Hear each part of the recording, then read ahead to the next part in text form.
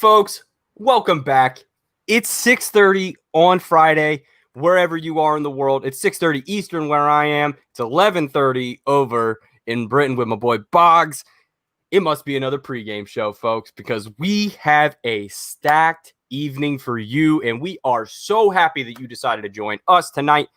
Ooh-wee, do we have a show for you? Because we got Larry the Cucumber energy up in here. Ooh, boy, do we got a show for you, because it is coming in hot tonight. Damn right. Ultimate Schmoedown show will not disappoint. This is probably going to be our hottest pregame show we have ever done, Boggs. And, dude, how are you? Yeah, good, man. Just excited for this big match, of course. And obviously... Oh, you mean Guy versus Bateman?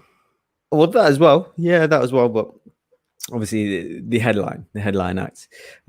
So yeah, big into that. But I want to speak to our guest first of all. I mean, I'm hyped for that, to be honest. That's what the folks have come to see. And we're not the kind of show that's gonna give you what you want right when you want it. We're gonna make you wait. We're gonna dingle that carrot out in front of you a little bit. Of course. And we got a match to break down first, right? We got two solid matches, Box. And I mean two solid matches tonight, dude. We got Ben the Boss Bateman going up against Vanilla Guy Latte himself. My new nickname for Andrew Guy. Came up with that today. Trademark it. Vanilla Guy Latte is coming in hot. I mean, coming in hot. The stuff I've seen out of Andrew Guy this week has been nothing short of like mesmerizing, disturbing. I've contemplated, calling some local officials out in LA just to make sure that everybody's safe, man. We don't want nobody getting hurt out there. Send John down. Yeah, we might have to send our correspondent, John, our live LA correspondent, out into the streets, to really understand what's going on here. I mean, guys, this is Andrew Guy. This man beat Dan Burrell, and he's out here acting like a Looney Tune, a real Looney Tune in these streets. And Ben Bateman better have a plan, because this is an Andrew Guy that is coming out to mess with some people's heads. And our guest tonight knows all about mind games. So I'm excited to see what he thinks. Excited to see what, his interpretation of this Andrew Guy performance that we've been privy to this week. But I'm really anxious, Boggs, to see how Ben Bateman bounces back after that. What he has even said was the worst performance of his entire career. The worst performance he's ever had. Yeah. And it's like, how does he bounce back from that? Do you see, does he change anything up? Would you want him to change up his practice, sessions, focus? What does he got to do here to get his mind right? I don't know, not necessarily, because I don't think he needs to against Guy. I think he's got his number. I think he knows him inside out, and he doesn't. I don't think he's going to change his style like that. Yeah, one bad loss. Obviously, the mind games and stuff didn't work against Shazam, but no, I don't think he has to change. He's still the boss. He's still one of the best players in the game. So no, not at all. I mean, I'm assuming he knows Guy's strengths and weaknesses. How invested is Guy nowadays? That's why I think, now when I see Guy do his characters, obviously he's great, but I fell in love with that guy. Well, obviously, pardon the pun, but that guy who was on top of the table winning against Dan Moore, saying this league is mine, calling this person out, beating Riley, going toe-to-toe Roker. I miss that guy personally. Do you remember the rise of Guy? And then look at him now, cowering and this. I'm like, oh, come on, man. The murderer's row that they put, but that Christian was like, all right, you want to go to the top? You got. He was exciting to watch. He was exciting. You had to tune into that because that was. You don't know how that match was gonna go. Yeah, I mean, that's one of the. Wasn't that just like a regular Friday match? That was just like a regular Friday match too. And they were like, "Here you go. Here's history." Just casually out there. I would have paid $5 for that. I think that was before we even had pay-per-views. That's how long it's been. Man, I remember watching back that first Spectacular, being like, "Are they going to charge for this? This is like 5 hours. You guys not charging for this? You guys are spending money on food. You guys need to start charging for this." And look at us now, folks. Every week now. Every week. Except for this week. I'm lucky. I got a lot of friends that I'm happy I could send this link to try to get them involved, because they were like, you You got Chris Jericho on this. You got Kevin Smith on this. But a name that they'll all soon know. We're going to backtrack a little bit, folks. So excuse me here. Yesterday, friend of the show, Chance Ellison. What a match. Top to bottom. I mean, just getting sent to the all the way to the end by Del Rio. Yeah. Del Rio came out and gave in the end and over. Yeah, it had to keep on going. I mean, overtime all the way through, man. I mean, if you got it for me, talk me through some round one stuff on this one, dude, because we just got to get right into the match stuff on this one, because that's what it was. The meat and potatoes. We can talk about Shannon and Roxy after the match as a whole. Let's just talk about the match as a whole, because I think if we talk about Shannon and Roxy, it gets a little some people are trying to tell their own version of history of what happened yesterday. So let's just talk about the match first. Well, to be honest, I could talk about Chance all day. You know, he's that good. Like, yeah, easy work for me. But yeah, I just overall thought, kind of in the promos, that Del Rio was really confident. I was like, okay, like he seems like Roxy had his back. Obviously, Chance coming in with a sharp trim. I didn't really recognize Del Rio. I thought, okay, who's this guy compared to who he played in the like a reverse matches. Ben Bateman. Yeah, he like took his glasses off. Yeah, short haircut and stuff. And then going in round one, to be honest, I'm not even joking. For a split second, I thought I'm just going to forward round one to the end of the round, like just to see if he gets the bonus question, because I knew he was going to go perfect. Like, this is Chance, he does his. Obviously, he's told us a few times he does his best work in round one, and he does it again. Obviously, another perfect round. When Del Rio missed the first question, I did think, oh no, what's going to happen here? Is it going to be a rough round? But what a turnaround, stepped up. Yeah, definitely stepped up. And maybe he didn't know it. Maybe it was just a bit of rust, but he hasn't played in a while. Obviously, Chance is sharp as anything, so not surprised. Yeah, so good recovery. Yeah, and brilliant first round. And I'm not surprised Roxy was so kind of happy with him, because keeping pace with the best player in the game. Literally the best player walking right now. I mean, if you ask me in pound for pound, we talk about pound for pound fighters. Chance is top pound for pound. Of course, no one's even close. Who's the next one? Mike Kalinowski, and I mean, well, yeah, Kalinowski. You just got imagine. I can't even. It's like Mike Kalinowski combined with John Roca. Yeah, it's kind of right, because it's like the knowledge that Chance has. You look at him most of the time. Chance is the definition of that kid who's like 8 years old at the barbecue, and the adults are having like a real discussion about like politics or economics or things going on in the world, and Chance just chimes in like with a full well thought out answer, way ahead of his time. He's got knowledge that does not you ask about. We talked to him, like, he's like 24 years old. Like, doesn't have the knowledge of a 24-year-old. He's got the knowledge of like a 54-year-old and a 24-year-old, which is kind of scary. And it was on full display. But what I want to get into really about the second round was Jack. It's not Jack Del Rio. Jack Del Rio was the old coach of the. I want to help you out. But... It was American football. Okay. He was old. He was an old head coach.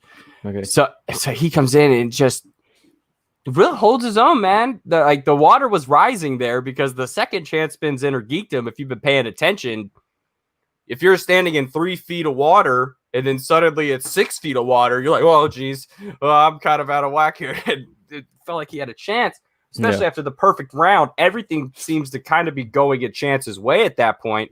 And then for the round two to fold out the way it does, to even, to drop one, to even he pulls a steal, right? He pulls a 1-point steal and one. The last one. Yeah, the last multiple choice one, and you got one stolen. Yeah, right. So not Chance's best performance through round two that we've seen. Probably the round two that Chance he would have rather had any other choice on the wheel at that point. And Shannon does mention at the end of the match, Inner Geekdom in singles is the broadest category you can possibly have. Yeah. Because in terms of how, hundreds the of scope, movies, hundreds and hundreds of movies, the scope that you could go. And of course, it's the mask. Like, if the Schmoedown competitors, if you've learned one thing over the years, watch the fucking mask.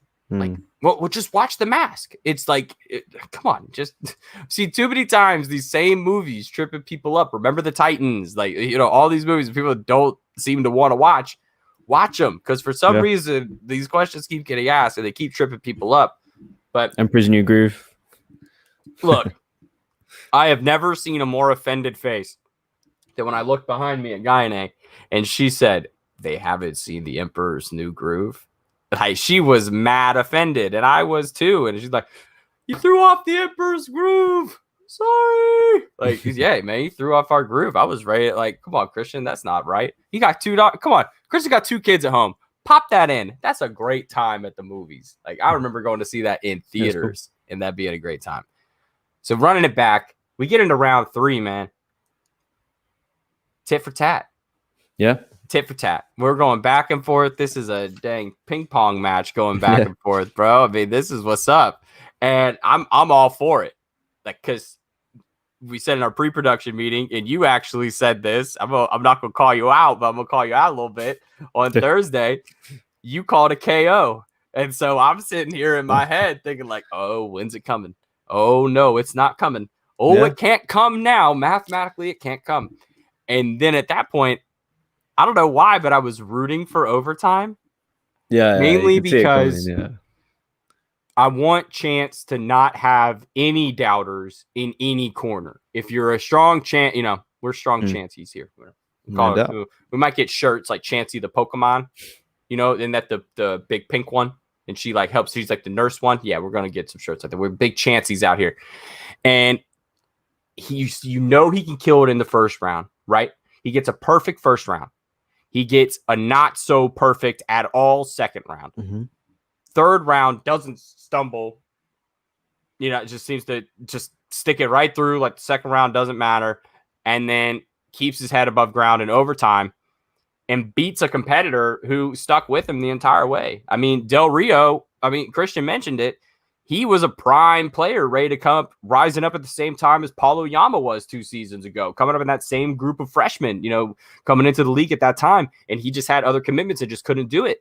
The dude knows his stuff. Yeah. So that's kind of where I want to get into now. Chance obviously pulls it out on that last question, but Roxy comes out and I don't think quite understands like who she's messing with, who she's like really messing with here. Roxy, I respect and totally get everything that she's done in this game with the odd couple, taking them to the belts. Like that cannot be understated. Once you take a team to the top, you are, you are certified as a manager in my eyes. You get that verified check mark, right? So if we want to talk about it that way, she's verified in the Schmoedown.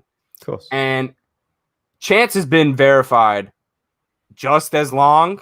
And so if not longer, right? Because odd couple beat corruption, right? Didn't odd couple have to beat corruption for the belt the first time? Isn't that how that happened? No, they beat Shy Wolves. They beat Shy Wolves, correct? Right. Because that was rough for Jericho. I remember Jericho didn't seem to like that too much. Yeah, that was a bit of warfare on him. But Chance is there. Been there the whole time. Is now like we keep saying it, one of the heavyweights in the league. And Roxy, I don't know what you're doing, dude, but have you met Doomsday? Because that's kind of Chance.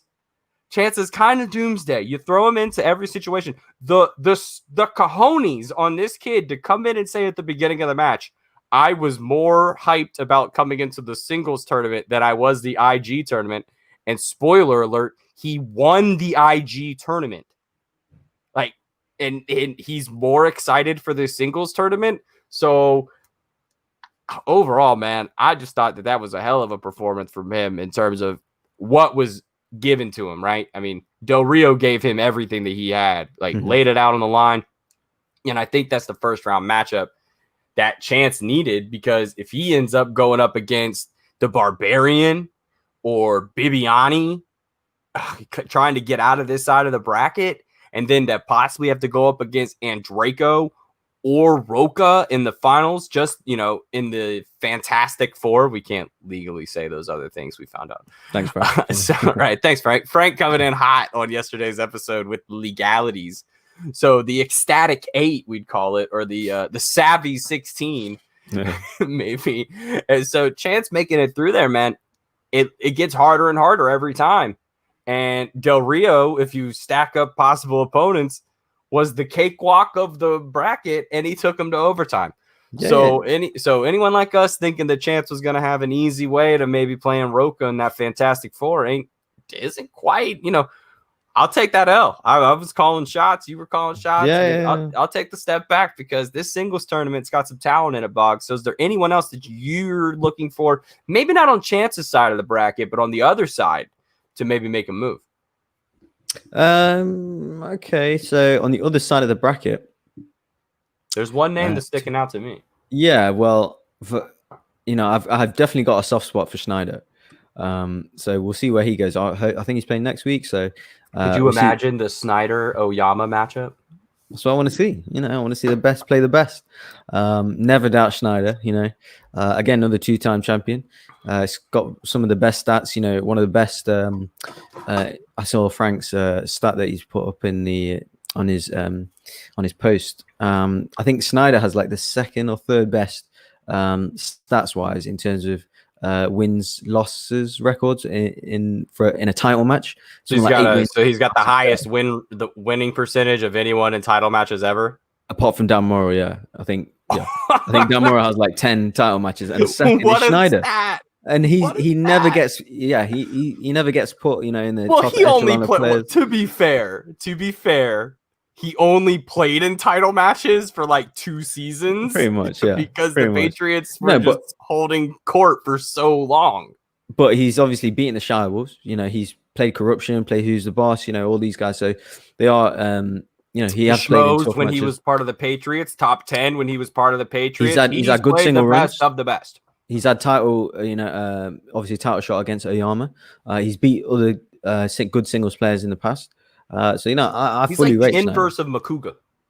Yeah, he's like played as many matches as Makuga, but he's won just as much, right? I mean, Snyder's been hanging around. I hear you there, dude. Snyder, and then that possible matchup with Oyama. Who do you got? Do you have a thought there? If that, I don't want to count Marisol out because she's a contender. I could just tell from the way you can just tell that she's ready to play. Tough match. Tough match. Yeah, no doubt. But I hate to face a champ off of L.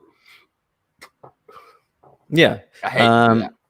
Yeah, no, I almost never do that out of the pure respect of it. Like I nearly always back the champion. But yeah, I don't know if Oyama wins that, then if Schneider wins his match, I don't know. Out of the two, obviously Oyama's got all the form. We don't know how Schneider's going to perform in these kind of online digital matches. How he's because I'd like to for me, because I've not given a prediction about my overall brackets or who's going to win the tournament stuff. I want to see everyone play first. I know that's a kind of bit of a cop out, but I want to see how everyone performs in the first round and then go from there. It's not a bit of a cop out; it's a full cop out. Yeah.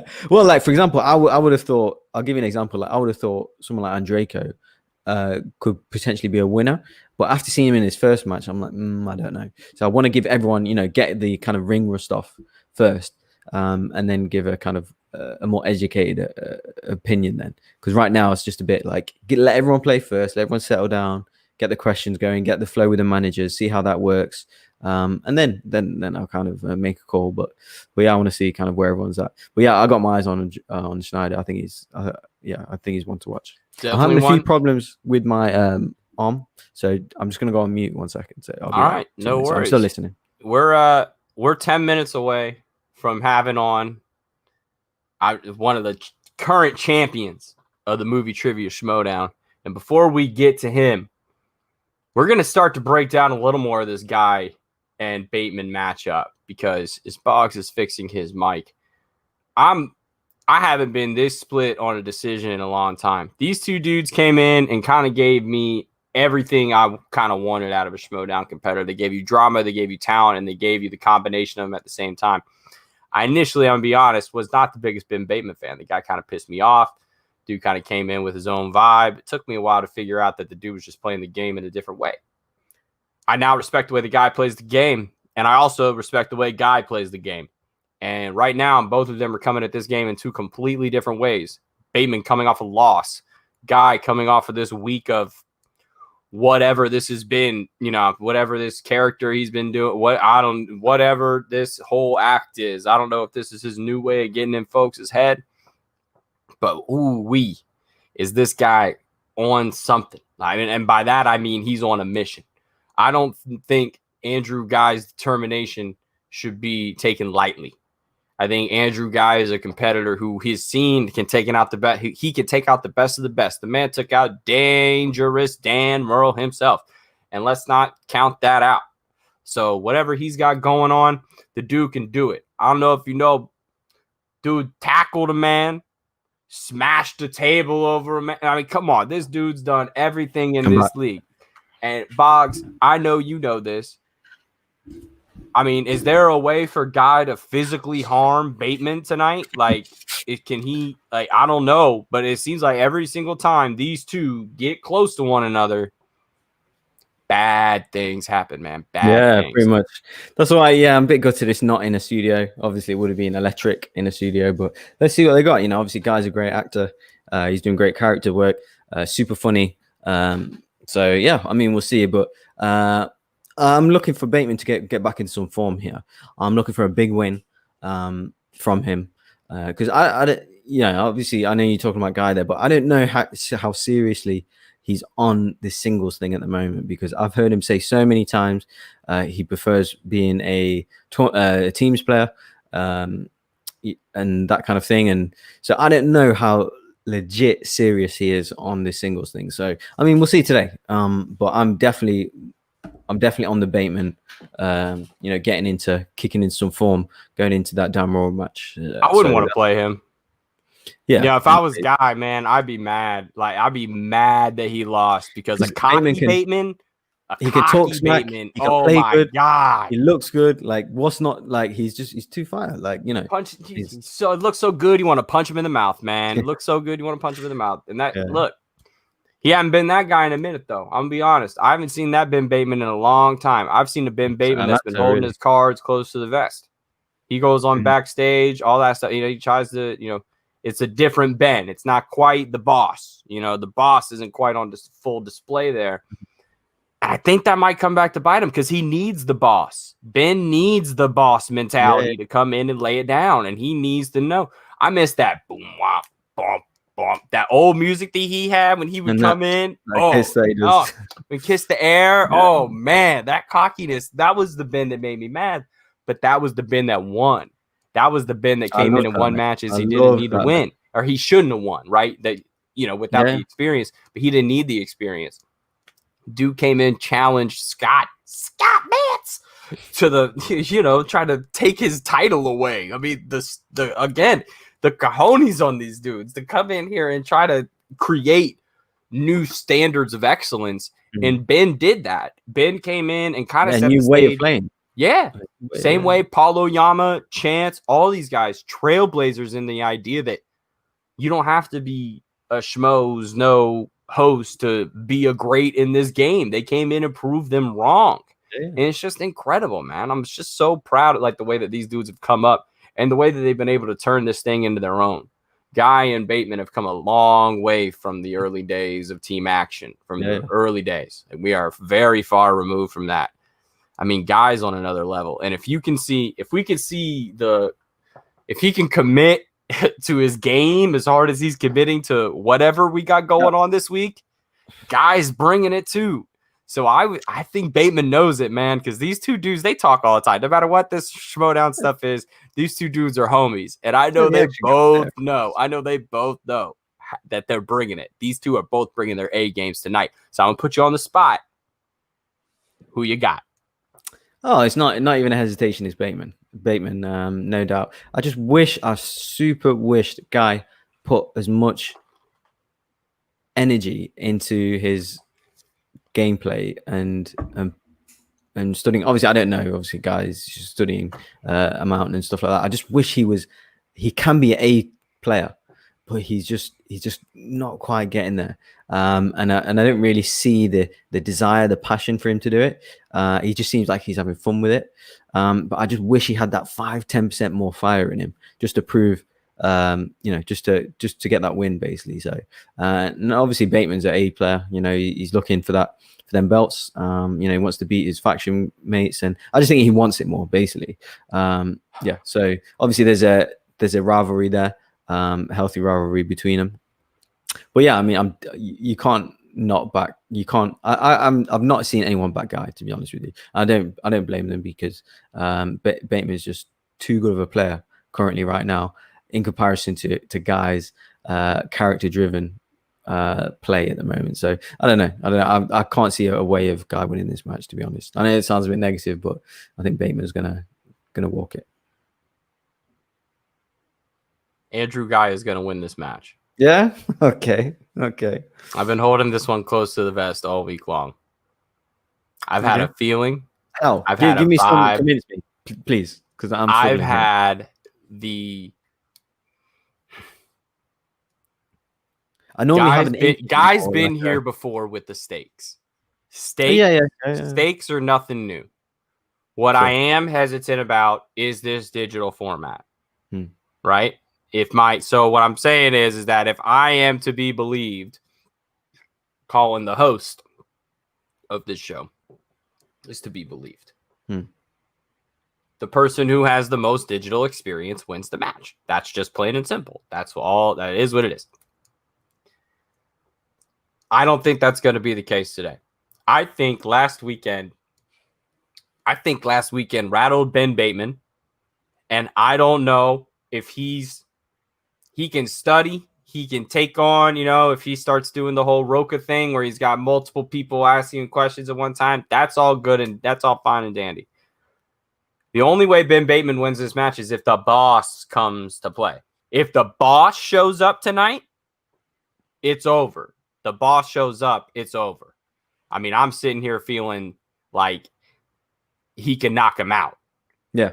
But I haven't seen the boss in like 8 months. I've seen last week I saw a host. I didn't see the boss.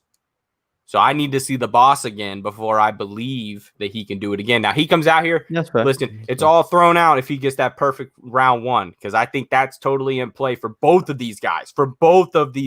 I think that's super underrated. Is that guy can come out and is just as liable to drop a fat perfect round on you in round one, because he's got it. And these are the kind of guys where it's like the things that trip up, the things that these guys have studied are as their holes. I mean, they've studied classics. They've covered 80s. Is all the stuff, like, obviously they're younger guys, so they weren't a lot.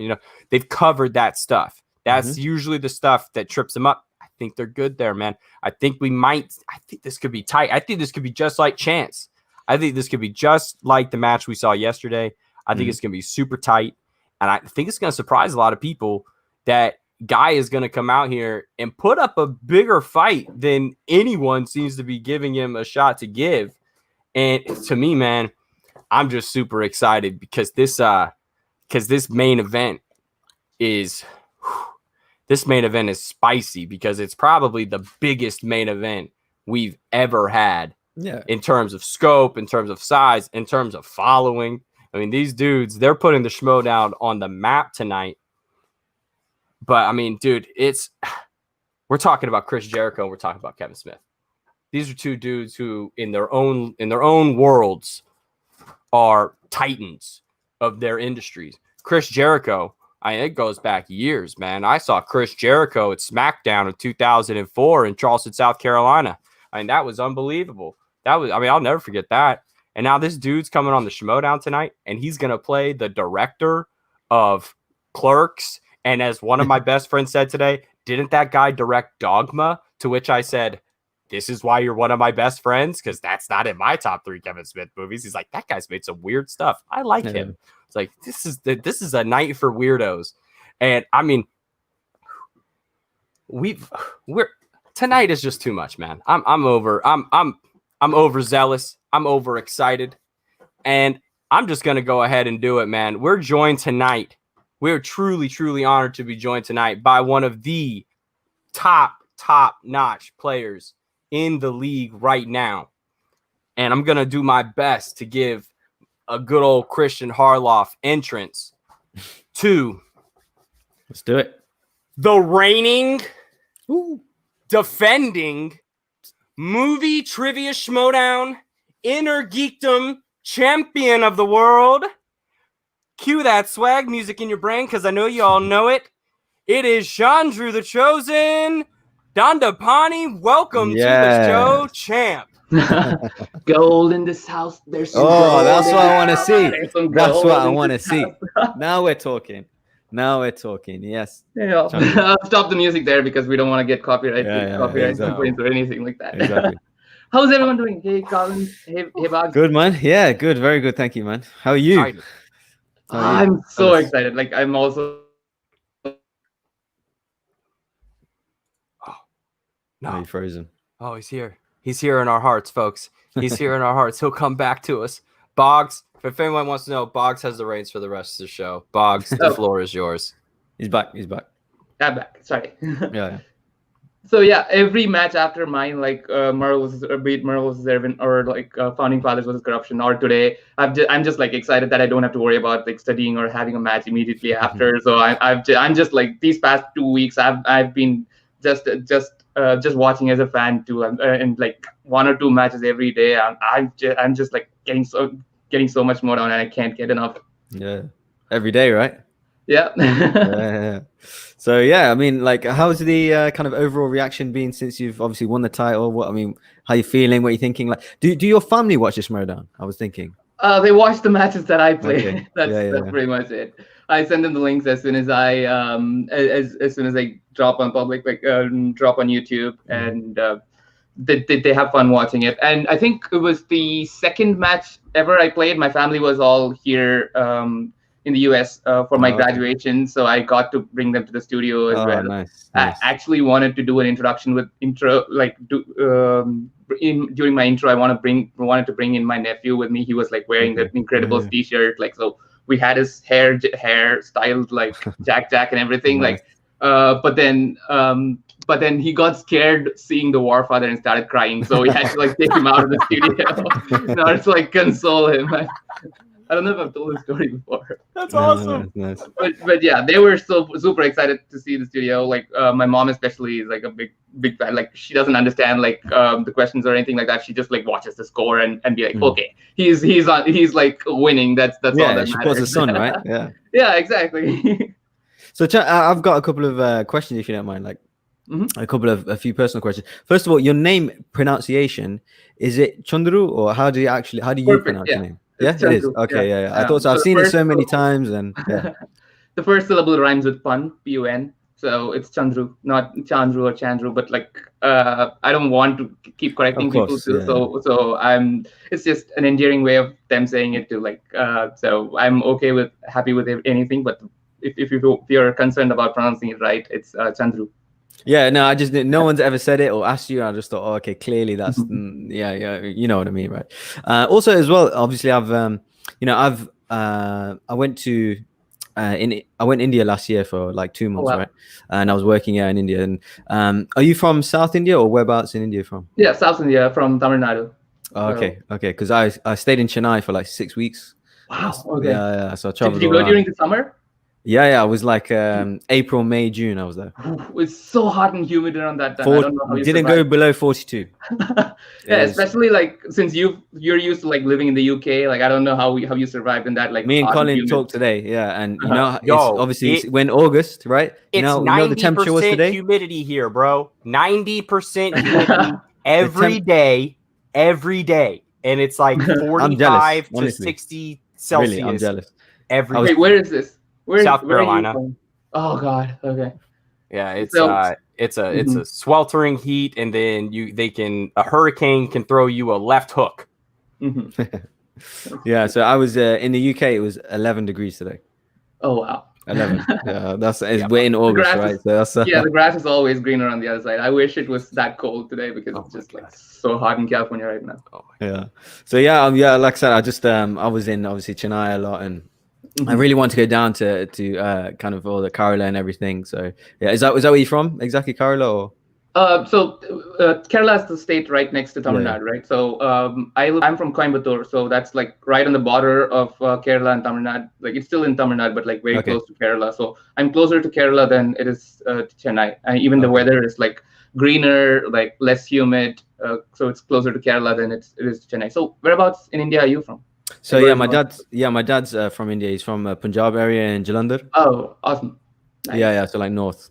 So yeah, it's but no, like, because obviously I spent so long there, I have so many friends in Chennai and from Kerala and stuff. So obviously I want to introduce them and you're my way in from that. So I'm going to say, okay, like, yeah, you're obviously this is the champion. And, I wish the Schmoedown kind of connected that more, because this could blow up in India, right? This is the same. This is the right kind of competition for the people. So I'm going to obviously send this to them, and obviously we can't now because they're asleep. Right? It's like 5 a.m. So but I'm definitely going to forward it to them. And wrestling was like big in India too. Like I grew up watching a lot of wrestling. That's why I'm so excited to see Jericho play movie trivia today. Like I just watched him on SCN Live yesterday, and I was like, yes, he's still got it. Like it's still the Jericho. I remember. Did you think of his comment about Ace? And he calls out Ace. It was one of the funniest.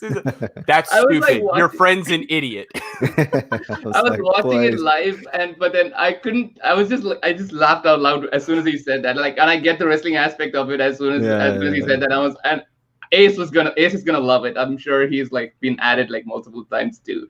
As soon as he said that, I was like, dang it! I wish RBC brought me up so Jericho could actually call me an idiot. But Ace was the lucky one.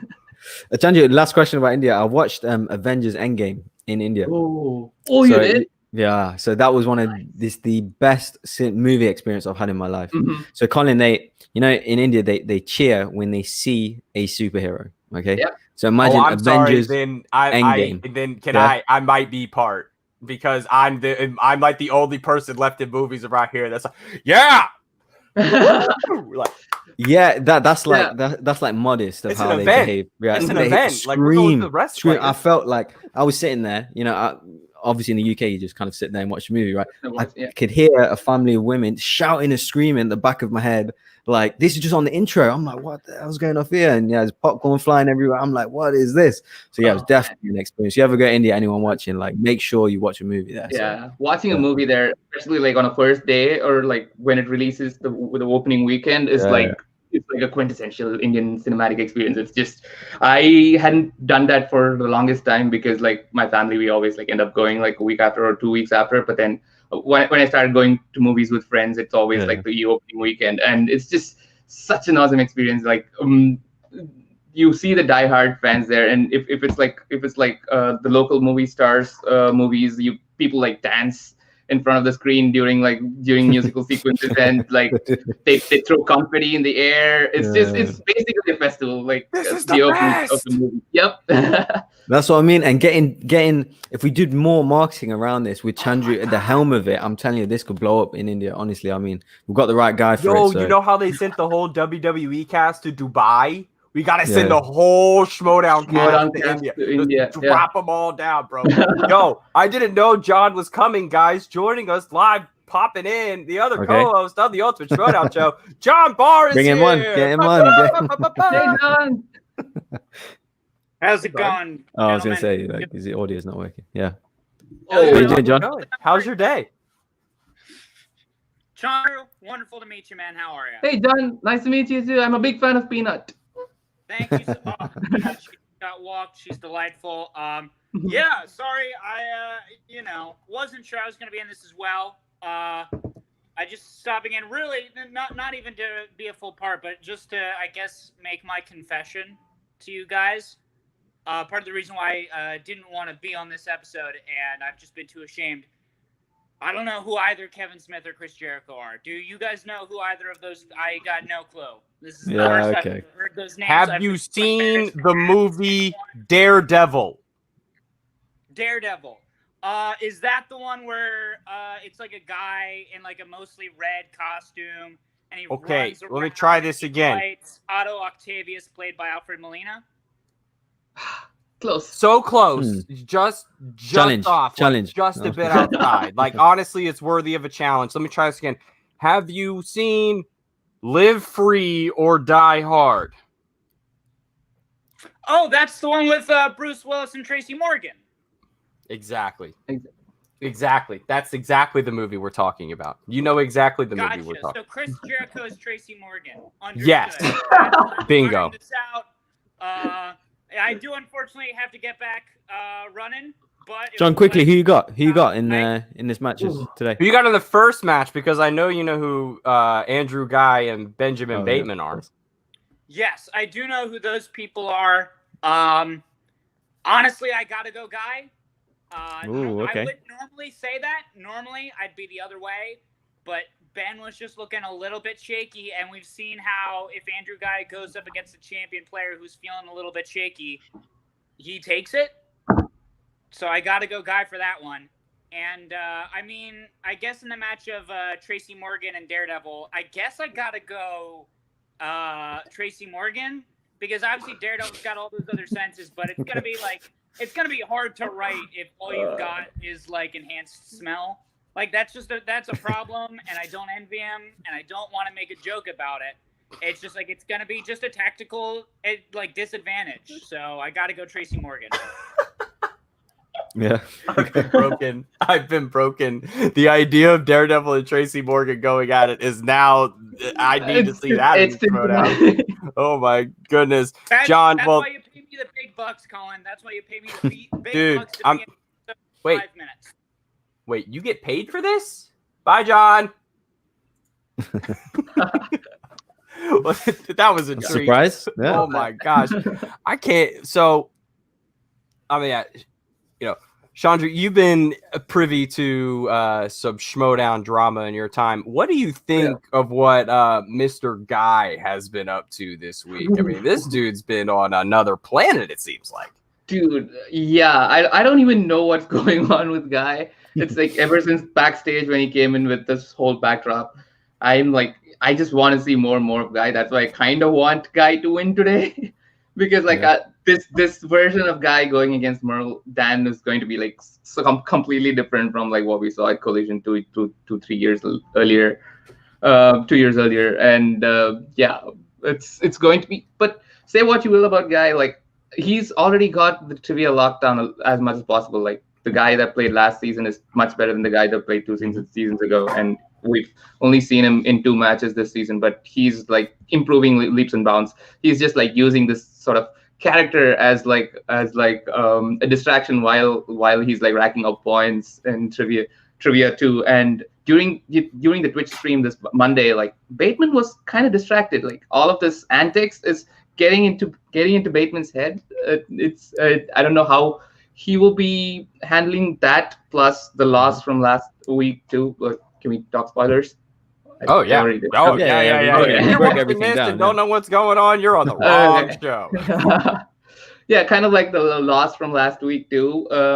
So it's going to be fun to see if Bateman sort of like bounces back from all of that, and Guy is going to continue to like try and distract him with all of his like crazy Schmoeminati theories as well. I mean, right now Bateman's up 80% to 20% in our poll that we dropped earlier today. So people seem to think that Bateman's got the edge. Boggs, I mean, you picked Bateman earlier. Anything you've heard? No, I mean, give you reason to be honest, John made a good point there. Like, and I think you mentioned as well, Colin, that he's and obviously Chandru, that he's maybe a bit of distraction on Ben's side, but I personally think he likes that, and I think he plays better under them circumstances where people kind of like he kind of thrives under pressure, being that kind of boss character, proving that in the darkness. Yeah, proving that he's. I thought Chandru's going to put the mask on there for a second. the Batman one, yeah. But yeah, is I think I don't want to break your back, dude. I don't want to get in trouble. I just think he plays better under pressure and stuff.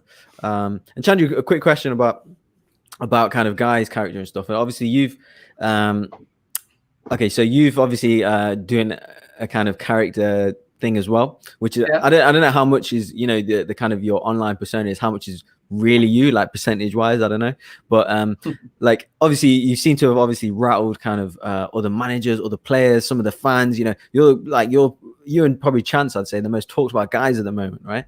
So I don't know how you're kind of handling that. What are your thoughts on that? How's the reaction been?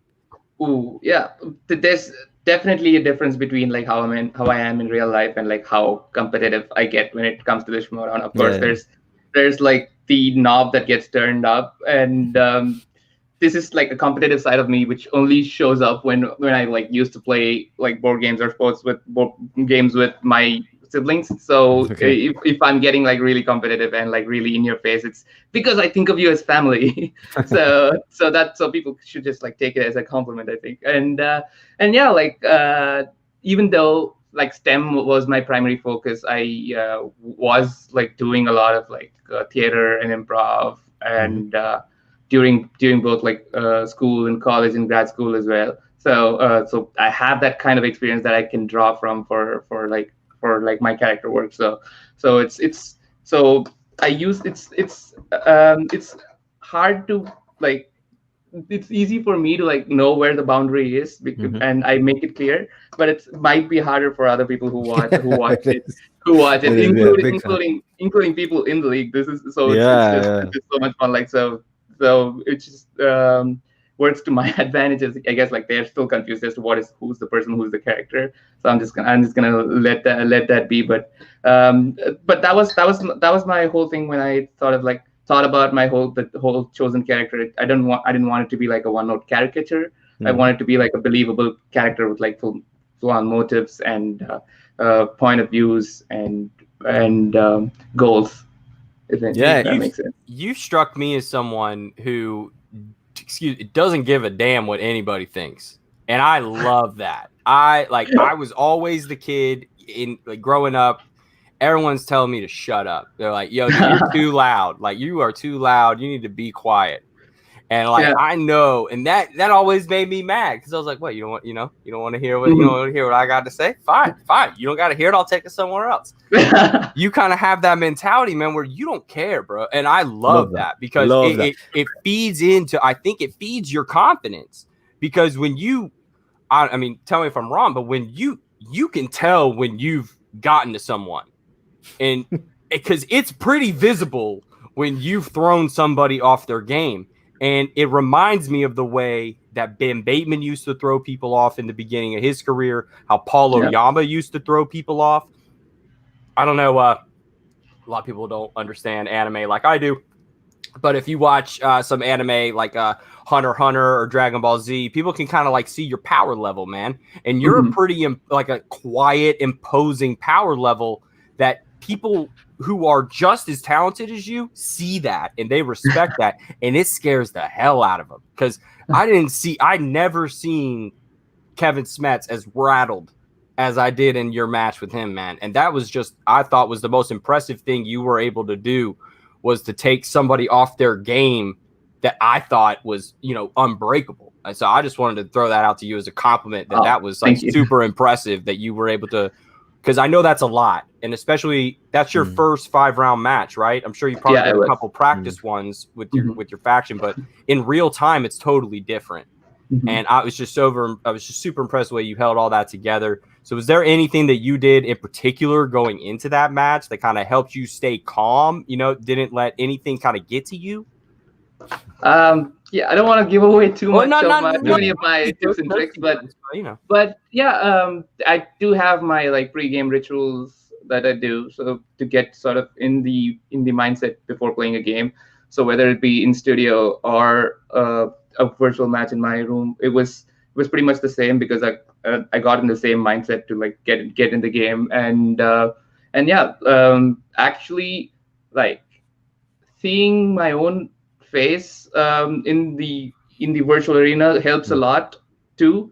So I know of course everyone can see when I'm rattled too, but the thing is I can also see when I'm rattled, so I know when to like take a step back and take a breath. So there's a lot of differences between like playing in studio and playing virtually. It comes with its own, the virtual setup comes with its own advantages and disadvantages, and it's up to you to like think about all of those aspects that are different and use that to your advantage too. And it's not just about like seeing your own face. You can directly look at your opponent's face the entire time. So you get a lot of cues because otherwise you'd have to like turn to your side to like even see your opponent to see how they're taking the match throughout. But like with a virtual setup, like your opponent's face is there like the entire time too. So that is like one major difference that could be used to your advantage too. So there's that. Over in the chat, Tachyon saying loving Chandru this year, and of course we all are. And man, you know who else I'm loving is your manager. Your manager, Winston, man, and we would love to have him on, because him and I, we could go on anime for hours. I know we could just not talk about Schmoedown at all. We could just talk about stuff I know we both love. His vibe has kind of evolved. I know the Winston who drafted you is not the Winston who's currently managing you. Like, what have you seen grow? You know, what have you seen, you know, kind of been his biggest leaps he's been taking this year as a manager? He is like sort of like learned on the job and like kept improving every studio match taping and every match that we like shot virtually too. And he started taking it even more seriously after like seeing like how intensely like Paul and I and Lon take it behind the scenes as well. And like, of course, Winston already took it seriously, and he sort of like made him kick it to the next gear. And Ace was like taking it very seriously as well. And like seeing all of us put in that much effort, it's just sort of like this all of us inspiring and like motivating each other, and seeing how into it we were getting. And with each win, we're all like celebrating it together as if like one of us as if like we ourselves won that match too. So seeing all that has been great. And Winston also, like, I think when he signed on as a manager, he had seen like 50% of the matches, or he had seen every match since he signed on or since he joined in the part of the league. And then he went back and watched back all of the matches once again to like get the nuances, like where he can be helpful, and that has been incredibly useful. And it's hard to, I think people have noticed so far, he turns his management style based on the player that he's managing that day. I was just about to say that, because Definitely. It is so unique for him, because when you look at a manager like Gucci, and he's kind of the same. He's stoic. Yeah. He does the same thing every time. He kind of feels like he's got like the thoroughbreds in his that he doesn't have to coach as much, right? He's just kind of there to make sure nothing goes wrong. Winston is there individually for each player differently. And there's the Winston who can turn around and be like, my, what have we here? And then there's the Winston who comes in with a totally different kind of energy, you know, for whoever it is. And that's one thing that's been super impressive, is his ability to adapt to the situation, because he knows exactly what each player needs. He knows how hands-off he needs to be for Paul and Lon. He knows he can just kind of step back. He can kind of do his thing.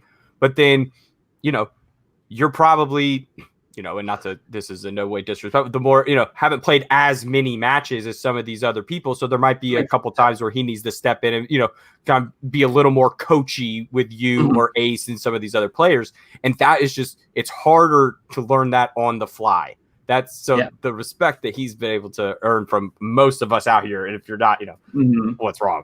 It's because he's been killing it. And he's definitely my pick right now for manager of the year. Barring some like wild Shazam quirky Mercs coming out of left field from the depths of the table to take it to the top, Winston's kind of got it. Because what I saw with Ace and Boggs, I know you'll agree with me, he's just been able to take swag up to a premier level club in this league.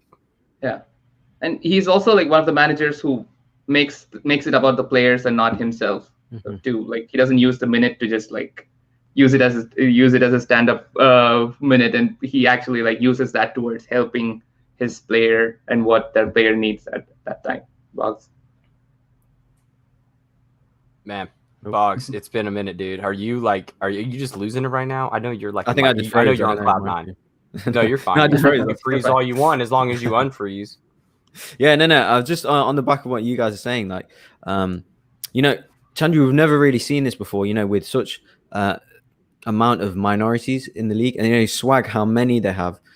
You obviously, we've got Ayama, we've got Ace, we've got Winston, we've got RBT, and they're all killing it, you know, all together as brothers in the same team. Like, we know, like, I noticed that all the way from the UK, you know. So how does it feel to be part? You know, we've even obviously we're on the Outlaw Nation, right? And this is, you know, John Ricker has kind of helped build the show, and you know, we've addressed this with John as well, you know, because at one point he was the only minority in the game, like elite player. Okay, exactly. And he's said himself like how proud he is of you guys having so many minorities, and representing your own kind of where you are from, kind of where you are come from in the world, kind of thing. So yeah, how does it feel to be obviously the first South Asian player, the first Indian champion that we've ever had, and yeah, setting examples really. How does that make you feel? I mean, it's always like a big step towards diversity. And whenever we bring like more people, we're inclusive of more people. Mm-hmm. And one of my favorite moments is when we did the entrance for Polyama singles match against Roka. It was like Winston and Ace and me dancing and like doing the whole like Jets versus Rockets thing, West Side Story thing, West Side Story Snap, and then welcoming Polyama. And it's just like 2-3 years before, you wouldn't expect like a Latino man, a black man, and a South Asian man welcoming another Asian competitor into the ring. It's just like every time I see that GIF of us like dancing and like Paul coming in, it just same, honestly, fills my heart up. And the first. I think Guy was the first South Asian. He's half South Asian, so he's also the first South Asian player. But first South Asian champion is also like a really fun thing. But the thing is, like, we could always do more. We could always like look for more people, and diversity, as in hiring people, is just like one step of the one part of the puzzle. And like how the Denethor challenge went in my match is like another big puzzle of inclusivity too. It's like we're not just like trying hard to like bring you into the league, but we're also like happy to embrace the differences between us and celebrate the differences between us, not punish the differences between us as well. And I'm really excited for my match against Chance too. It's like two people of color going against each other for a championship. It's only happened once before with Roka and Irwin. And both managers are people of color too. And especially, I forgot. Okay. Especially since like last year's Spectacular, the only person of color on the whole ticket was Roka. And this time we're already like Ace is in Spectacular, like I'm in Spectacular, Chance is in Spectacular. Let's go. We can have a potential champion every division can be a minority or person of color. Like I would have never thought that last season. I mean, I saw the potential of everyone, but for actually come to fruition so soon, and they're all kind of youthful as well. Like it's super happy and impressive, and it'd be really easy if one was just half Latino from Arizona and he just had all the belts, right? That'd just be real easy. Then one jam would be, just make it easier on everybody. But he can have two, Chandru can have one, right? That's fair. Yeah. To be fair, he doesn't need them all. I just like being right. That's what. So Chandru, we're not gonna lie. We're big fans of Chance. He was the first player to embrace our show as well. So obviously he is a top player as well, but he's also a super nice guy. So obviously going into that match, obviously you've already started the mind games. Kids. Yeah, you start the mind games, man. Literally, it's like picking between twins that I have, and I don't know which twin to pick. You may as well skip to Spectacular now because I want that match now. That's the match that I'm most looking forward to. So what are your thoughts about taking on Chance? And obviously a review of his performance yesterday as well. What were you thinking about that? I mean, most likely Chance will be based on how he's been playing this entire season, and also yesterday. Most likely Chance will be playing for the singles and teams belt at the Spectacular and singles belt, and like defending the team's belt at the Spectacular too. So you guys can root for Chance in those two matches and then root for me during the IG match. I don't think I'm going to be able to make a call. I really don't think I'm going to be able to make a call. I think I'm going to have to just step back and let it happen. Because, I mean, you two, in terms of the way you approach the game, they're so similar. And to steal a line from James Franco from the interview, same, but different. You guys are both so serious and but take it from a completely different angle. And the way you're both successful, equally successful in both the way you tackle it, it gives me hope, going forward in this game, that even more types of players that I can't even think of, because, somebody with your style coming in is just so, you know, unheard of in this league to embrace the kind of play style that you play with to be as successful. It just usually doesn't add up. And, you know, you keep defying these odds, man. And it's just it's awesome to see you continue to thrive. And the way that you continue to just kind of impose your will on folks when you play, it's kind of like they say it's in the trenches when you play American football, like the game's won in the trenches. Man, you lock them up and you make it hard for them to play their game and you force your style onto them. And I think that's super impressive. And I know it's probably easier to do in the digital setting than it is the live setting because you're in their head, baby. You're right here, right? You're there the whole time. And it's kind of easy. I know it's the lights and everything, but I think most players would agree it's probably easier to shut the noise out in a live match. Maybe not a live big crowd match, but in the studio at least, it might be easier to shut the noise out than it is in these digital matches. What? Any thoughts on that? I don't know. Like I still prefer the in-person studio matches or like a live event match, especially like as a performer, you kind of want that audience feedback, right? Like so for me, it's like it's just these three people on the screen, so I don't get the cheers or the boos when when I'm doing my stuff. So that is a big indicator of like what is working and like what you can lean into as well. So that is like a big aspect of the game that I'm missing, and yeah, it's just different ways of like playing my game. Like I still try to like do an entrance, if you will, in the virtual setting, and I had like a totally different plan if this match was going to be a live event, and I had to like pivot towards what I did, and like I also had a totally different gameplay idea if it was going to be a live event. So it's just it's not one thing is easy or the other. It's just each of them, like I said earlier, comes with their own like aspects and advantages and disadvantages. But yeah, if you've seen my studio matches, I think you can do the same as what I did in the virtual match. But like the best game I've played so far was in the virtual setting. But still, like I like in-person matches better. I'd be interested to ask a player like Paulo Yama or Chance that kind of like came up through this digital setting, what they prefer. You know, it'd be interesting to get their perspective because it's definitely interesting. But I've also showed the respect that I have for you comes from your ability to transition from that live setting, and it's been harder. Like we saw you. One theory that I've been kind of holding close is that the more experience that a player has in the digital setting, the more likely I am to pick you. Like Ace constantly had this experience of being comfortable in the digital setting over and over and over again. Bateman didn't quite have that last week. And you could tell it kind of, I mean, you could probably speak to this better. What's it like having all those voices in your head? I assume you're speaking about the people in the yeah, right. You got Christian, and then Mark will come in. Mark comes in with his little cheesy whatever he's got coming in to fill in the time. Is that jarring at all? It's kind of similar, especially if you're watching the Schmoedown like with the same sort of set of headphones. It's like basically the same, and right, like it's but when you're put on the spotlight to answer questions, there's a difference, because even though it's virtual, you can like kind of feel the tension in the air, and like you can actually like cut the tension with a knife. Again, the last match I played has been the most intense, and despite it being virtual, so it does come with a lot of like pressure and intense tension. But again, the pre-match ritual and like the stuff that I do, and Winston especially like helped me relax and like get in the right mindset a bit too. And yeah.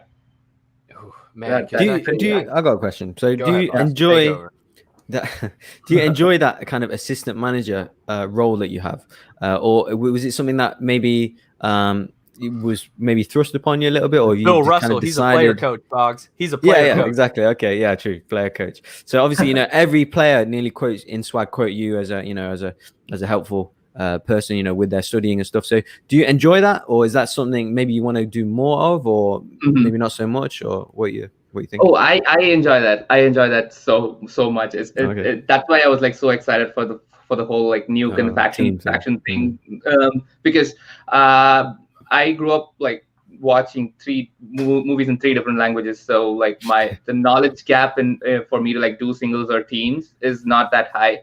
But there's like there's too many gaps in my knowledge for me to like do singles. Maybe teams I could think about doing teams down the line. But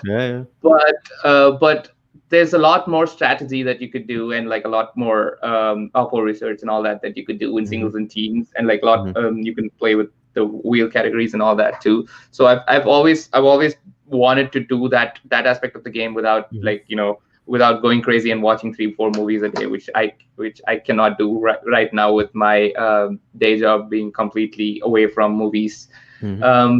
But yeah, having that aspect helped me a lot, and I also wanted to like help people with like with my IG and Star Wars knowledge too. But then again, like you never know when you're going to play that person down the line. So even if I've tried to help them like last season, it just looks like I don't know. It never kind of like you don't just like go to a person and say, do you want me to help you study for IG? They're always like, why is this person trying to like help me? But then once we became a faction, I was like helping and giving Adam and Paul and Ace my study material, and like we would do I was like writing mock matches for IG and Star Wars as well. It didn't pan out so well in IG.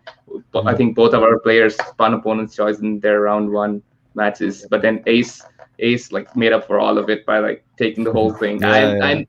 I was watching live every match, and I was like so pleasantly surprised that he pulled it off one after the other. Not just you, like the whole world. Hold up. Some of us old schmoes out here, some of us who know Ace the intern know very well what intern was asked to be included in Star Wars conversations back in the day, and his name was not Josh Tapia. His name was Andres Ace Cabrera. And this dude has always been knowledgeable and loved Star Wars.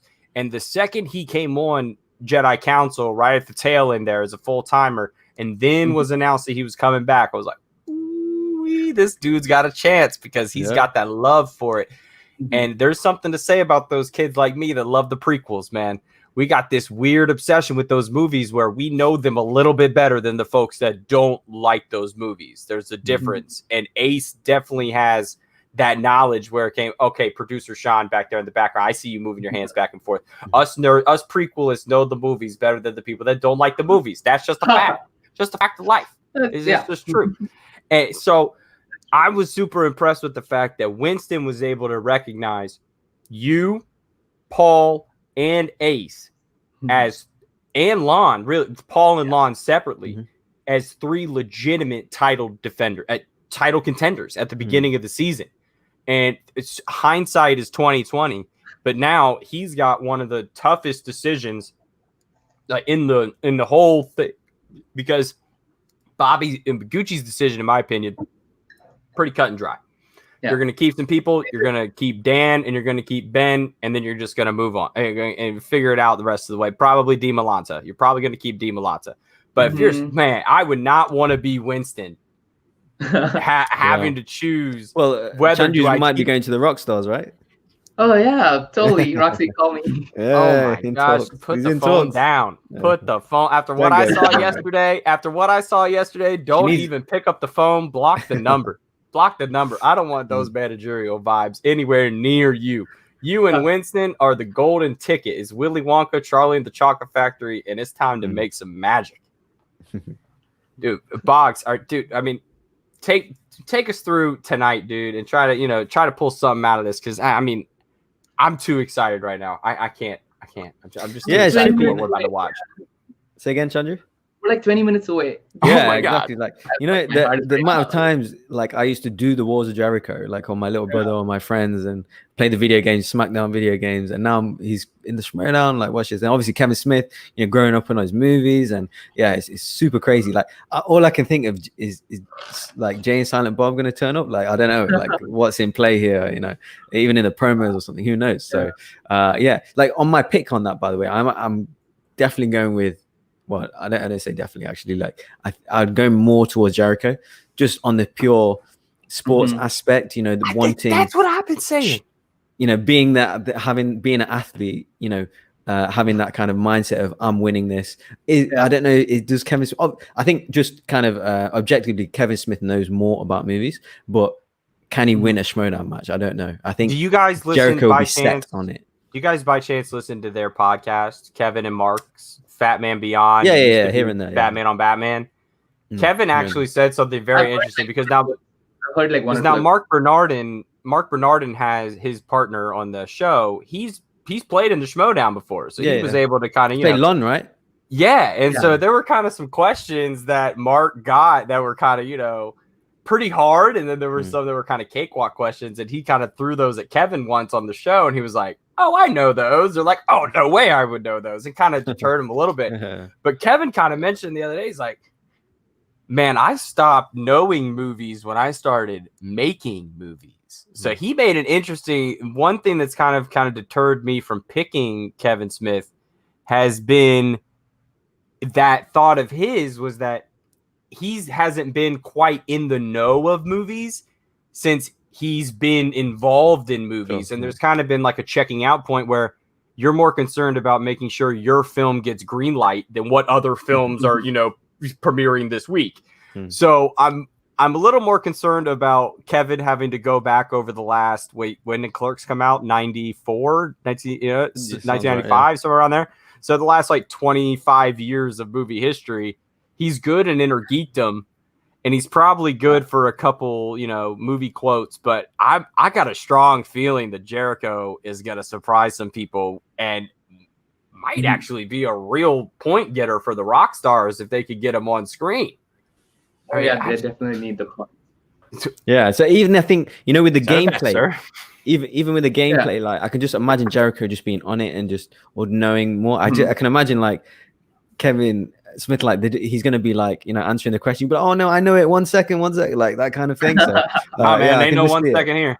Yeah, exactly. So Chandru, give us your thoughts, man, on both matches, please. Okay, so let's start with the main event first. So Kevin Smith versus Jericho, like who I want to win is Jericho because again, quirky mercs are starting to creep up on us. They don't need those extra 2 points in action, you know what I mean? And also I feel like he has that mentality and he's been on top of pop culture much more than Kevin Smith is right now, because Roxy said, most of Kevin Smith's references are from 80s, 90s, early 2000s nostalgia, and the Schmoedown especially is more focused. If you just do the question distribution with years, it's more it's heavily favored towards the recent last 15 years of movies. Of course, there's a lot of 80s, 90s, 2000s, early 2000s questions too, but then it's more recent. And also if you're part of a business, the way you watch something is completely different from you watching as an outsider. Even for me, watching the Schmoedown as a fan, I was able to remember a lot more about these Schmoedown matches than after I joined the league. After I joined the league, it's just I don't retain as much of what happens in the Schmoedown as I was watching it as a fan, because that sort of parasocial relationship when you actually don't know the person on the screen is completely different, which makes you obsess more, which is what I feel like Jericho will have. Kevin Smith will just see a movie and just see his friends, so he's not going to retain as much about that movie. He retain more about stories of what happened behind the scenes and what went on in the screen itself. So that's kind of my guess too. And Jericho seems more locked in to the Schmoedown from their SE and live experiences. But I don't expect Kevin Smith to just be relaxed. The man gets competitive. If you've seen any of his movie fights, debates, When he comes to play, he comes to play. His movie fights are some of the most my best, favorites. the most need to watch them. unique I movie must fights episodes that ever existed, because that's Kevin's vibe, right? Kevin comes in and kind of like you, Chandru, you know, throws people off. Like, he kind of brings his own game and like, you're going to play my game or get out the way. Like, Exactly. we're here to play my way tonight. And that's one thing I'm kind of concerned about is Kevin can kind of set a totally different tone than Jericho wants to play. Yeah. But Jericho's the Ayatollah of rock and roller, and he's going to come in here and he's going to, I think Kevin's been on that list for a couple weeks now since this has been going on. And to me, it seems like Kevin Smith might be walking into something he wasn't quite ready for. Because I know that, like, on Jericho's podcast, they get pretty pop culture on there, man. He talks movies. He stays pretty up to date. And those wrestling guys, man, they're way nerdier than we give them credit for. Yeah. I just watched Kofi Kingston on a sneaker podcast that he did for 45 minutes talking about sneakers, man. Like, these, I'm never going to count out any of these guys that come in with as competitive as they are, and given the time that he's had to prepare for this, because they were both drafted, or were they free agents or were they drafted? Free agents. Free agents. They were part of that free agent special that happened early in quarantine, and it just kind of seemed right on for Jericho to end up with Roxy. Yeah. Roxy can handle that kind of I don't want to say ego, but when you've messed with Jeff Snyder a couple times, you know, you can handle ego. You know, she's held her own on air with the best of the best, and I think that, you know, Jericho going to anyone other than Roxy or Gucci would kind of feel like out of that manager's league. Yeah. Maybe Sam, just because he's some level of, you know, stardom, but Roxy seems to be able to bring it to the table. So I'm excited to see what she's going to bring tonight, especially after what we saw yesterday. Have you guys ever seen anything like Shannon and Roxy yesterday? Ooh, wow. I saw Shannon and Barney like 2 weeks ago. That was also like just as heated. That's going to continue, you know, Chandru, right? For the whole next few months. So get prepared, because it's like 3 of them, right? It's like the triple-headed like thing, like Chance, Mike, and Shannon. Chance is the Hydra that doesn't do anything, right? Because Chance is just as deadly as the rest of them, but it's like, maybe I shouldn't interact with this. But then Mike and Shannon are like out here, like finding every different way to get all cobbled up next to each other. But Chandru bites back every time. Chandru doesn't like, no, chill, I won't do that. Chandru goes after them every time. Yeah. Well, me and Colin have laughed off this like a call. Like me and him are creasing with each other, like, laughing, like, look at Chandru going out there. Like, it's so funny, man. It's great entertainment. So it's all mind games. So that's why it's just building up for this match that's coming. I wish Chance also talked more though. Like he's so good. Yeah. He's so good with trivia. Like I want him to come more out of his shell a little bit. He's still like not gotten the trash talk or like the flair or personality part of it yet. I want to like see he's more. He's a cobra. Yeah, man. He's a cobra. He could just be chilling somewhere and you don't know he's there. Mm-hmm. And then he comes up, and he got you. And you're like, oh shit, oh, God. I'm sorry, I didn't mean to disturb you. That's true. I didn't hear your Bateman and Guy call, Chandru.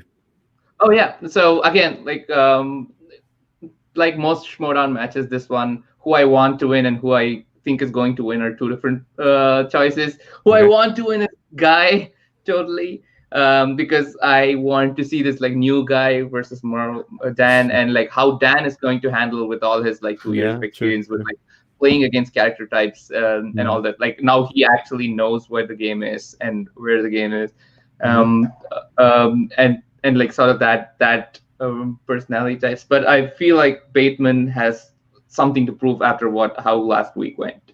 He wants to sort of like get his rematch against Dan again for the title, and now that Teams is out of. So I also don't think Bateman is going to be in the Teams tournament. It's most likely the Founding Fathers in the Teams tournament, which means he went in with the same mindset that I went into my match against Smets. If I lose this match, I'm done for the season. I have like no matches left. So that puts you. You're like backed into a corner and you're like fighting for your life, right? You're fighting basically to get more matches, right? And that aspect, like I can sense that in a co-player, and I feel like Bateman's gonna like put all he's got against Guy, and he's also like a very strategic player. He uses his knowledge of his opponent his against them, and he plans for every possible outcome from the opponent too. And like the more he knows his opponent, the better his strategy works out. And the person he knows the most about is Andrew Guy. True. I don't know about this new Andrew Guy who's like into Schmoedown and all that, but like he knows all of his like movie tastes and movie references. Like he knows the man knows like what they talk. They literally hold record podcasts every week of talking about movies, so they know he knows, both of them know each other's strengths and weaknesses. But then Bateman is going to sort of use that to his advantage a little bit more than Guy would about Bateman. Man, I'm so excited for this one. It's, to me, this is the kind of stuff that, like, the conversation today on SEN was so split between people that were like, I am so hyped for this Kevin Smith, Chris Jericho match. And then I'm sitting back like, excuse me, y'all can have that. The undercards for me. The undercard is for me, y'all. Like, for real, if this was like a live event, I would be more liable to leave at halftime. Like, I'd be like, if traffic was bad, if I knew traffic was going to be a certain way, the main event's first. And that's kind of where I'm at with this one. I'm taking Andrew Guy. I'm going to keep riding with, I'm going to ride with my Guy pick. And I think the Guy's got a real chance here to show people that, look, last week wasn't a fluke with Ben Bateman, but I picked against myself so many times because I'm so sick of doing it. So you know what? I'm going to switch it. Ben Bateman's going to win. I'm going with it. Andrew Guy, you're welcome because I've been wrong so many times. I'm switching it. Andrew Guy out at the last question. Can't nail the 5-pointer. That's my call. Ben Bateman gets it on a missed 5-pointer. Wow. I just got a message about a result of a pre-tape match. I so badly want to. It's okay. Don't spoil it. It's all good. I love that drama. Ooh. Yeah, don't do that. I'm not gonna spoil it. Like I'm impressed with my own like. Who told you though? Who told you? Can you tell us that? Oh, it's the faction group message. Oh, okay. Oh, that's fair. That's fair. That's nice. So who knows what it could be? Because Chance would tell us too. Chance was like, I can't wait for the results. We asked Chance if he was able to during the Inner Geekdom tournament because not the Inner Geekdom. There was some other stuff that whatever was pre-taped. He was like, I gotta know. Like, there's no way I'm not gonna know. Like, I just have to know. And I respect that as a competitor too because you got to be as up to date as possible. And prepared, I totally foresee a world where there are no more pre-tape matches, right? Everything's live, much like this summer was. I feel like we're totally going toward maybe next season after that. This is going to get so big that everything has to be live. Yeah, I think this season every title match has been live, right? If I'm not wrong. Except an exhibition. Anything but an exhibition's been live. Like we've had it all. No, the Inner Geekdom tournament was not live. The singles tournament is not live. True.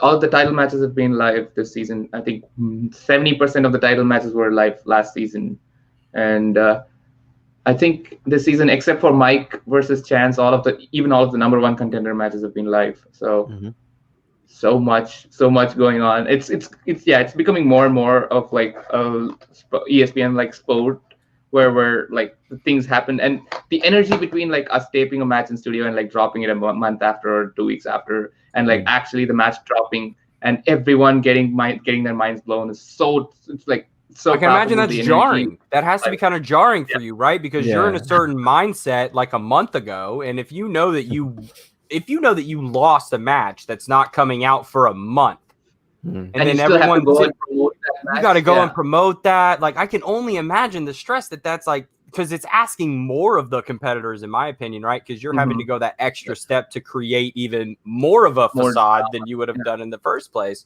So I think lowering that facade, decreasing the time, up to as live as we can be, increases the level of competition. Yeah. And because I know some of the outcomes, I know which players have bad poker faces too. And I'm not gonna leave. Names but here, that's like, that's a strategical advantage to you. That's where like the performance aspect of it comes into, like, you want to sort of like still hype up the match without giving away the result, or like even indirectly with how you talk about the matches. It's like really difficult, and there's some fun aspect of it too. Like, you see these people who don't know what's going to happen in the next month start talking about outcomes in the Facebook group. It's just like, I just watch all of that while sipping my tea, thinking, I know something you don't know. Totally. And I love that too, because then that also is a different fuel for different people. It's exactly. Man, it's crazy the different avenues we've seen for people to be successful. And I think the Schmoedown offers many different types of people the opportunity to be successful in different ways. Because I know, like, you and Ben Bateman might hang out and get a drink after work, but you probably wouldn't. But you two handle the moment very similarly. You play your game. Regardless, you're going to play your game. And if it doesn't work that day, it doesn't work that day. But if it does, get out of my way.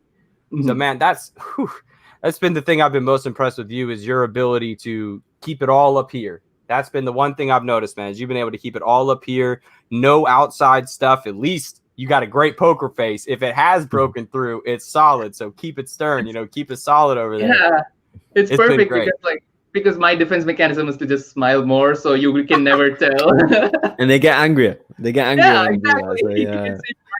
It works like a charm. Like, it's called living in the head rent free. Yeah, you just constantly. Exactly. Yeah, like, living the mind games. I think about, like, what would be the worst thing that I'd want to, what would be the last thing I want to see across from the desk when I'm playing, right? Which is so I just like turn it off a notch, basically. Yeah. That's all it is. But yeah, getting drinks with like Schmoedown people after taping days is like one of my favorite things from this past year, and I miss it so much, because I'm like friends enough to like miss it, but like not as close friends to just like FaceTime them or Zoom chat, Zoom with them. It's like special occasion. Exactly. Yeah. Those used to be my like full Saturday. Like, go to studios at like 10 in the morning, and like I come back at like 1 in the morning or something like that. Sounds awesome. It's like basically going to a movie trivia theme park for me. But yeah, those are something I really miss, and I can't wait to get back to. But something I'm even more excited for is today's matches. Guys, we're 3 minutes away, so we're gonna have to wrap this up. Chandru, I hope you will come back and join us for another episode before your big match against Chance, because we are so excited about that, because oh my goodness, it is probably my most anticipated match, no doubt, for the rest of the year. There's nothing I might have. I mean, I'm pretty sure it's gonna be before Christmas. So before Christmas, my most anticipated day of the entire year, and I can't wait, because the two of you right now are as strong in a division as I've seen going at it in a title match. This is some other stuff. I mean, literally. I mean, right now for me, Chance is pound for pound, division by division, the best player we have, in terms of transitioning, and you are the most uniquely talented player I think we have in the league, where you just bring this whole other side of the game to life. And thank you so much for joining us. Boggs, any final thoughts for our glorious guest? Yeah, just repeating what Colin said, to be honest with you, like, I'm so looking forward to your match against Chance, and to be honest, AC against Alex as well. I'm really looking for, but you're going to have an involvement in that as well, right? So yeah, you're having an influence on a lot of the matches then. But yeah, just keep it up, man. Honestly, you're super entertaining, you're super fun, you're winding everyone up, and we love it. So don't stop, don't get distracted, like, keep your eye on the prize. We absolutely love it. Yeah, please don't be a stranger to the show. Obviously, we love to have you on today, and we look forward to I love talking to Schmoedown, so anytime you want me, I'll sorry, I didn't mean to cut you off there. No, it's brilliant. You go. But But yeah, I love talking to the coach. I need to give some love to Paul Oyama as well. Like I'm the player coach when it comes to the IG Star Wars side of things, but when it comes to like singles, teams, Apo research on that side, as well as like training people and like giving them training questions. And he trained me because like he had started shifting towards IG a little bit too. Like he trained me for my title match as well, including a lot of the other faction players. And yeah, have to say thank you to you because for keeping me contained this past hour, because otherwise I would have, if I wasn't doing this, I would have been just like pacing back and forth waiting for the match to drop. One last thing. Let's see the belt one more time, please. Yeah, of course. Yes. Let's sign out with the belt, Colin. Oh, yes, sir. That'll do it, folks, for the Ultimate Schmoedown show. There it is. The glory, the belt. Beautiful. There it is, folks. The belt holder himself. And tonight, this is it, folks. The video is starting. The countdown will begin right now. It is Guy versus Bateman 2, and it is Chris Jericho versus Kevin Smith. Chandru, thank you so much for joining us, dude. Seriously, it's been awesome. Your energy, your vibes, it's so great, dude. It's infectious. It's infectious. Boggs, baby, I'll see you in the morning, dude. We got to talk all this up. Folks, we're gonna break this down on the main show because this whole thing is gonna be awesome. We'll have John on the main show tomorrow. The whole crew will be in there, and it's gonna be awesome. So, folks, get over there to that video right now. Get over there right now. All of you in here, you're free to go. Class is dismissed. Comment, and subscribe. Of course, like, thank comment, and subscribe. Follow right here, TUSS Pod, right here on the Twitters, all that stuff. Thanks, folks, for joining us. And we will see you tomorrow. Bye.